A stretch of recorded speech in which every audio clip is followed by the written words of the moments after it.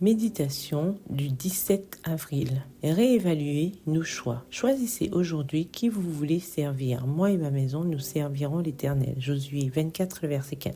Le peuple d'Israël a terminé ses guerres de conquête. Josué âgé s'est retiré dans sa maison de Timna-Séra. En paix et sans la menace d'ennemis, les Israélites se sont installés dans leur possession et ont profité de la tranquillité. Cependant, l'histoire malheureuse de la rébellion et de l'éloignement de Dieu a continué à se répéter. Sentant sa fin approcher, Josué craignait pour l'avenir de son peuple et rassembla les Israélites pour leur rappeler ce que Dieu avait fait pour eux. Le vieux chef les exhorta à ne pas se reposer sur leur laurier. Ils devaient déposséder complètement les nations idolâtres. Le peuple s'était laissé aller à l'indolence, chaque tribu regagnant ses propres possessions. L'armée s'était retirée et la reprise de la guerre ne semblait pas nécessaire. Peu après, Josué les réunit à nouveau. L'arche, symbole de la présence de Dieu, fut apportée de Silo, car il s'agissait d'un événement solennel. Après leur avoir rappelé une fois de plus la bonté de Dieu envers Israël, Josué leur demanda de redéfinir leurs priorités. Qui servirait-il? Secrètement, certains pratiquaient encore l'idolâtrie. Josué les exhorta à prendre une décision radicale.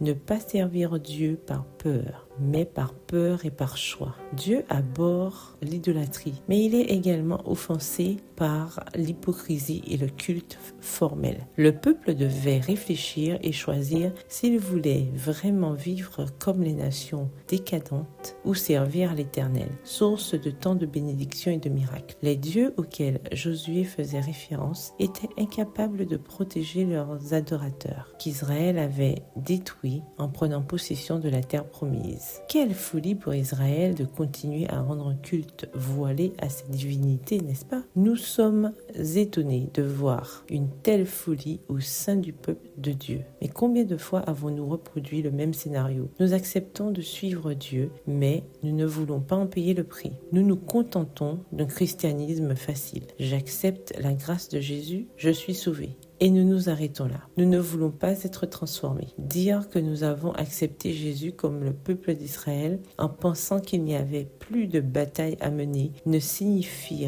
rien dans notre vie spirituelle. La lutte pour la sanctification continue. Jésus vous invite à le choisir. Il vous regarde avec impatience, espérant que vous accepterez activement son invitation. Qui voulez-vous servir aujourd'hui? Bonne journée et que l'Éternel vous bénisse.